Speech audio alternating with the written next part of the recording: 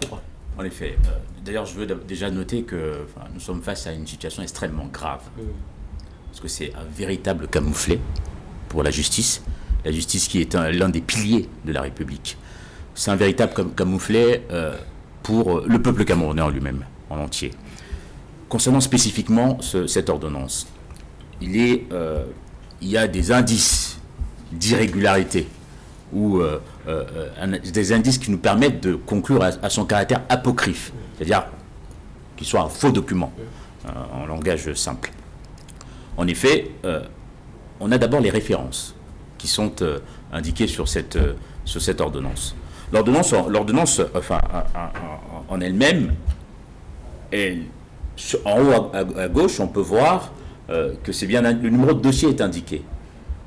Le numéro de dossier, c'est bien indiqué DOS. C'est la manière dont... ça, c'est sur le plan de la forme, j'entends. Je viendrai sur le plan du fond par la suite. C'est la façon dont le tribunal militaire référencie ces dossiers.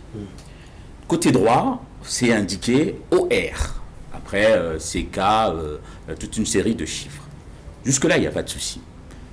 Maintenant, dans le fond du document, on a un argumentaire qui est sorti de nulle part, qui ne correspond mais strictement rien à ce qu'il y a dans le dossier, à ce qui se passe dans la procédure. Je saute cette ordonnance pour aller directement sur les fameuses notifications. Je reviendrai une fois de plus sur le fond par la suite, mais on reste sur la forme. Ces notifications-là, quand vous voyez les notifications, en haut à gauche, c'est bien indiqué « dossier » en entier. Dossier numéro 004 ou 7, je ne sais plus de mémoire. Or, comme je vous ai dit au préalable, le référencement du tribunal administratif, ce n'est pas d'écrire dossier en entier, c'est d'écrire DOS, comme dans l'ordonnance, initialement.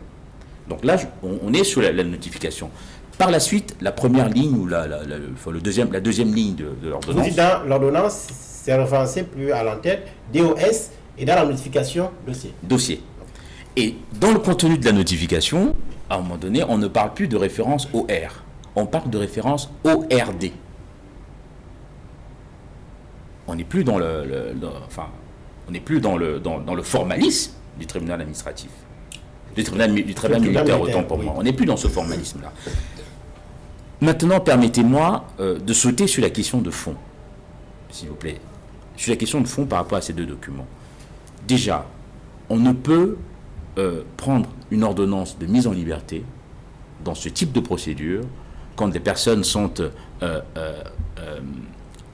impliquées pour des faits qui sont susceptibles de peine de mort ou de peine à vie. On ne peut prendre d'ordonnance de mise en liberté sans les élargir, sans décider qu'ils ne sont plus soumis à ces infractions-là. En somme, on aurait dû prendre une ordonnance de non-lieu, même partielle, dans le cadre de la procédure, avant de prendre cette ordonnance de mise en liberté. On va le faire tout à l'heure. Vous dites également que la notification ne se fait pas aux avocats, comme ça a été le cas dans cette situation, mais plutôt à l'inculpé.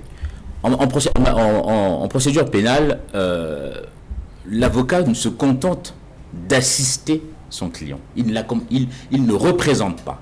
Il ne se contente de l'assister. C'est pour ça que quand il faut notifier ce type d'ordonnance, on extrait la personne, si elle est placée en détention, on l'extrait et on la notifie, on lui notifie l'ordonnance en présence de son avocat.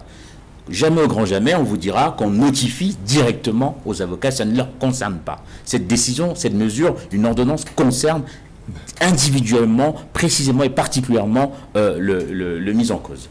Restons d'abord sur la forme, maître